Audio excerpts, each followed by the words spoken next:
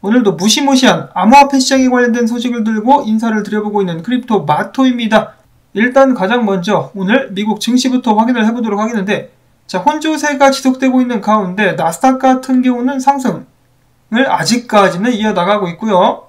S&P 500 같은 경우는 간당간당한 상승 및 반등, 다우존스 같은 경우는 와리가리를 때리면서 불안한 모습을 이어나가고 있는 가운데 달러 인덱스 지수 104.65포인트 여전히 강세를 보여주고 있습니다. 한편 비트코인 같은 경우는 정말 간당하게 2만 달러 선을 지켜주고 있는 가운데 이더리움은 1080달러 선에서 거래가 진행이 되고 있습니다.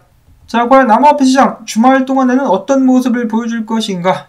약간의 걱정이 되기도 합니다만은 그와 동시에 에라 모르겠다라는 생각을 가지고 편안한 마음으로 한번 즐겨보도록 하겠습니다. 스트레스 받으면은 괜히 머리만 더 빠질 것 같으니까, 자, 스트레스는 한켠에 접어두고 어떤 소식이 나왔는가?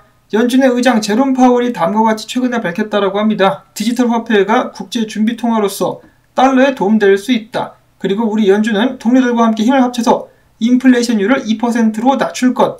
아직도 개소리를 하고 있어요. 꿈을 꾸고 있는 것인가?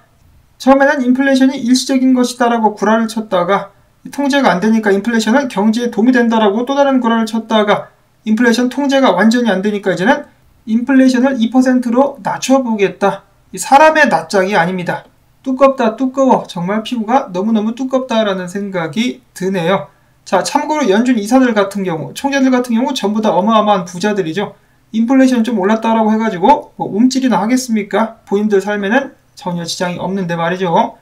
자, 이러한 상황 속에서 러시아의 푸틴이가 다음과 같이 최근에 발언을 했다라고 하는데요. 몇몇의 국제 통화들이 자살을 시도하고 있다.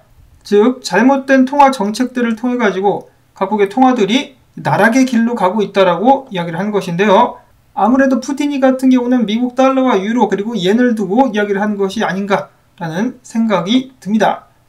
다음으로는 본격적으로 비트코인 소식들로 넘어가 보도록 하겠는데, 채굴업체 비트팜스가 갤럭시 디지털에 차 입금을 상환시키기 위해서 1,500개의 비트코인을 팔아 제꼈다라고 합니다. 그만 좀 팔어 채굴자들, 무시무시한 굴자들의 하방 압력이 지속되고 있는 가운데 비트코인 가격이 계속해서 떨어지자 그레이스케일의 GBTC 마이너스 프리미엄 수치가 33.71%까지 떨어지면서 혹은 올라가면서 엄청나게 할인된 가격에 거래가 되고 있다라고 합니다. 근데 엎친 데 겹친 격으로 최근에 큰 문제로 다시 한번 대두되고 있는 3에로우즈 캐피탈이 GBTC를 무려 3,880만 주나 보유하고 있는데요.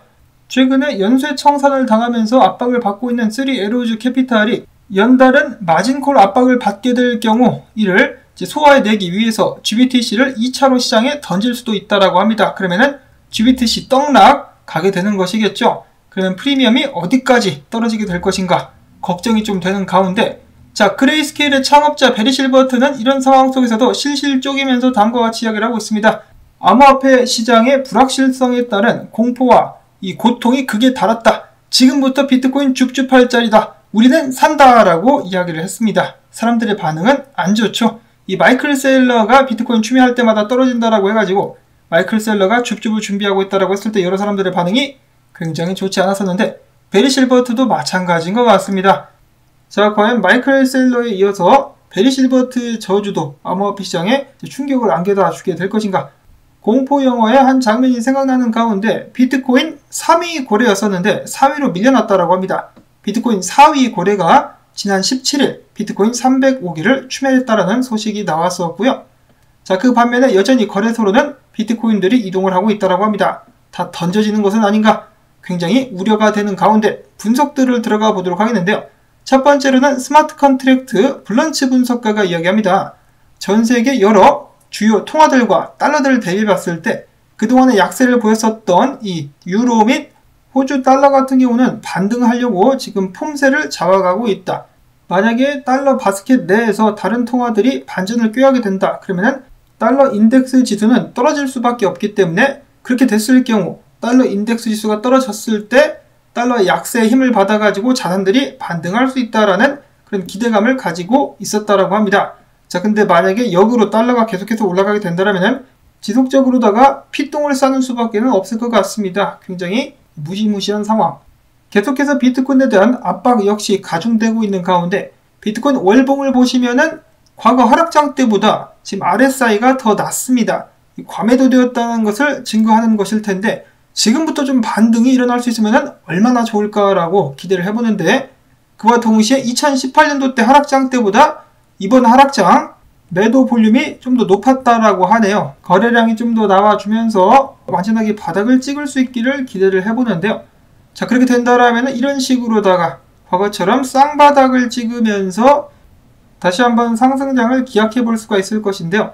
자, 당연히 쉽게는 찍지 않습니다. 장기간에 걸쳐가지고 축적 및 횡보를 한 후에 단 반감기 정도 해가지고 상승장이 이어지게 되지 않을까라고 렉트캐피탈 분석가는 예측을 하고 있었습니다.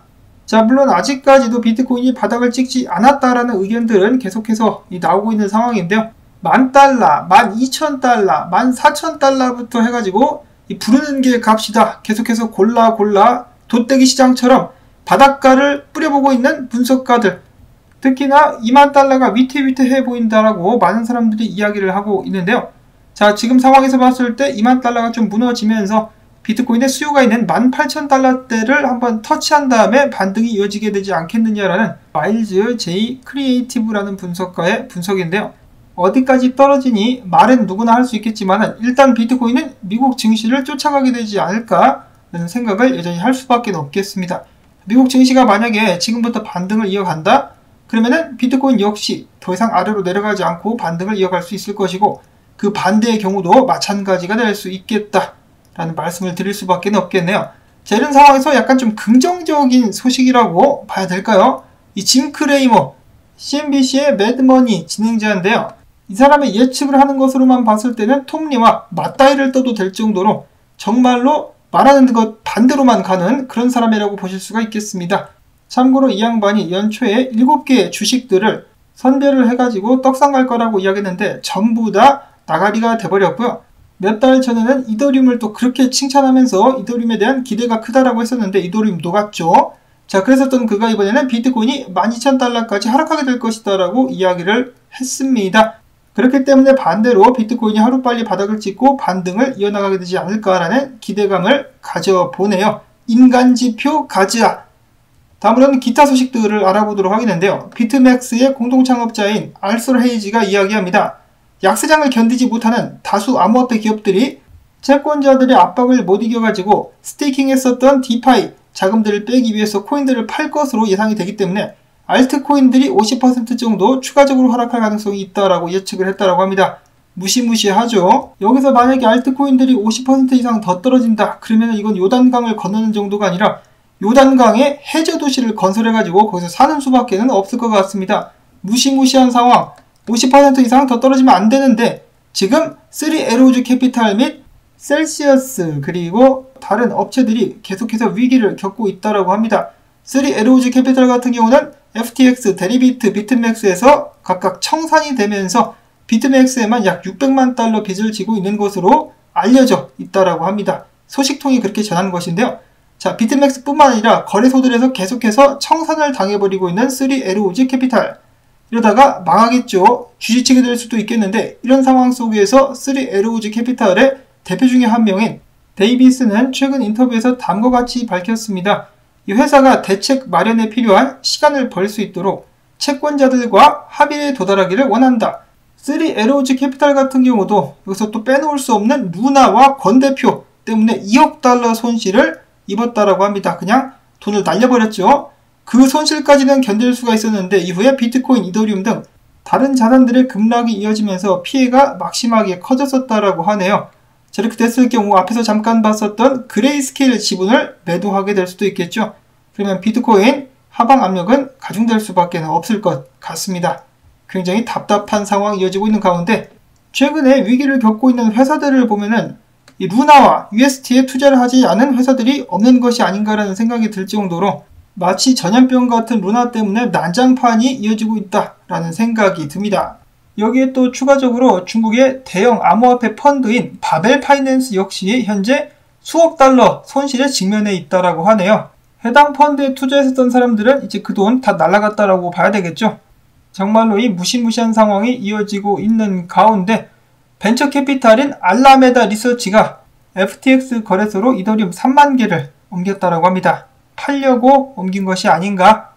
아이고 진짜 지친다 지쳐. 다음으로는 비탈릭 부테리니가 상황이 안 좋아지자 다음과 같이 밝혔다라고 하는데요. 암호화폐가 세계를 장악하거나 전통적인 통화를 대체하지는 않을 것이다. 내용은 그게 답니다. 뭐 굳이 그렇게 말하지 않아도 우리도 알아. 지금 상황 안 좋은 거 임마. 어여 빨리 이더리움 2.0 통합이나 만들어내라 좀. 자, 그 다음에 마지막으로 또 안타까운 소식이 들려오고 말하는데요. 파나마 대통령이 파나마 내에서 암호화폐 결제를 합법화하는 법안 서명에 거부권을 행사했다라고 합니다. 부분적 거부권을 행사했다라고 하는데요. 야, 왜 그러냐. 너라도 좀 도와줘야지. 의회가 통과를 시켰는데 왜 네가 뻗대고 앉아있냐. 답답합니다. 하루빨리 파나마 대통령이 마음을 바꿀 수 있기를 바라보면서 끝으로 오늘도 부디 토마토밭 살리기 운동 참여를 부탁을 드립니다. 광고 한 편만이라도 마지막까지 재생 그리고 좋아요 눌러주기. 여러분들의 지속적인 도움이 있어야만 저도 살아남을 수 있을 것입니다. 도와주시는 분들께 다시 한번 진심으로 감사드린다는 말씀 전하면서 저는 다음에 새로운 소식 가지고 인사를 드리도록 하겠습니다. 안녕히 계십시오.